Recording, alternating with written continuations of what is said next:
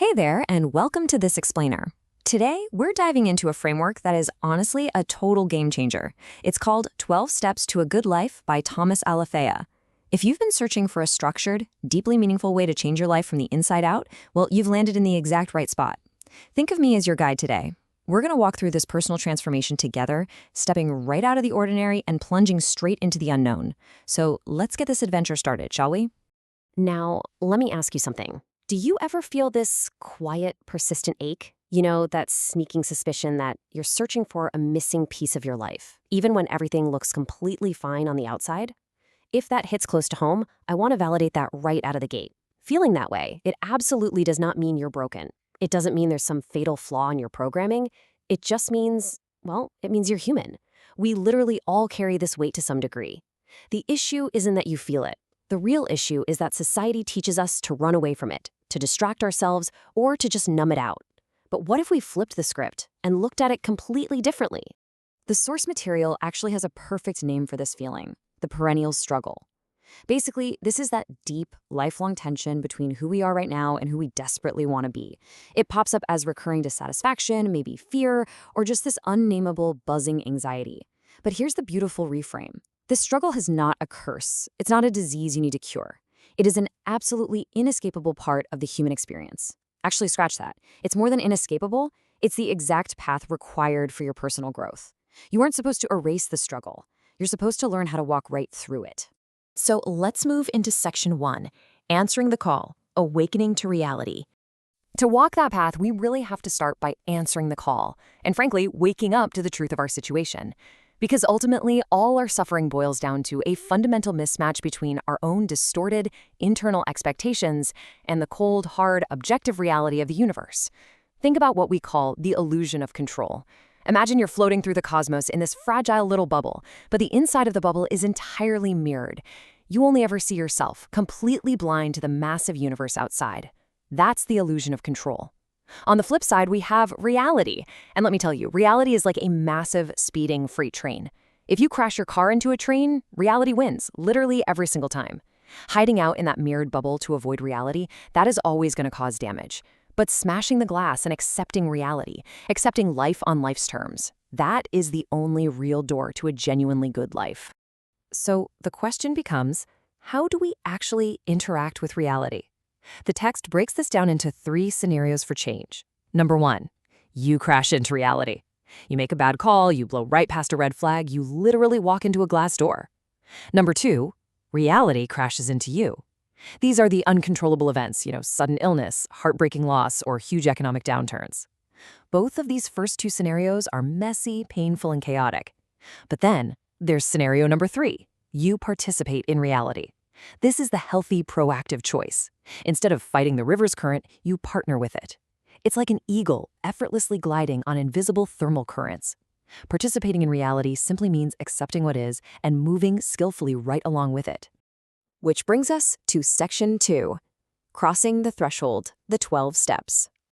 Okay, here is the sacred map we're going to use, and it beautifully aligns the 12 steps directly to the classic stages of the hero's journey. Step 1, admitting life is unmanageable, is where the journey begins. You're recognizing you need a change. Steps 2 and 3, that's crossing the threshold. You are literally stepping out of your cozy comfort zone and into the great unknown, relying on a higher power, something way bigger than yourself.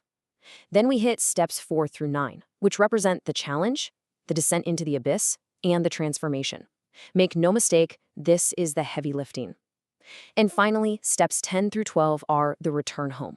Because you don't just stay up there on the mountaintop forever. You bring all this newly acquired wisdom right back down to your ordinary, everyday life. But before we take that very first step across the threshold, we really need to reorient our expectations.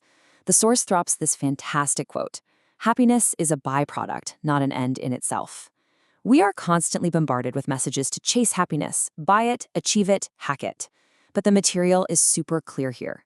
True contentment is simply the result of living well and doing the hard work. Happiness isn't some shiny object you can just grab off a shelf. It's the natural magic that happens when you align your life with reality and act with real integrity. All right, let's dive into Section 3, Facing the Inner Abyss, the work. Now I know, facing the inner abyss sounds terrifying, right? confronting your past mistakes, your flaws, all those messy parts of yourself you've shoved into the closet. But listen to this absolutely magnificent thought from Joseph Campbell. He says, "And where we had thought to find an abomination, we shall find a God. Where we had thought to slay another, we shall slay ourselves. Where we had thought to travel outward, we shall come to the center of our own existence." Wow. I can promise you this. Looking inward is scary, for sure, but it provides the exact, precise raw materials you need for your rebirth. You literally have to face the dark if you ever want to find the light. This is the core challenge of the hero's journey, beautifully mapped out in steps 4 through 9. You sit down and take a fearless personal inventory. You admit those faults to yourself, to another human being, and to something greater than yourself. You get entirely ready to drop your old defense mechanisms, and then you go make amends to the people you've harmed. Taking full responsibility for your actions cleans up the wreckage of your past and profoundly, beautifully deflates the ego. It frees you. Because let's be honest with each other here, hauling around a giant, heavy toolbox packed full of old resentments, petty grudges, and guilt, it is just exhausting. Putting that heavy box down finally gives you your life back. And that leads us perfectly into section 4, the return home, living a good life.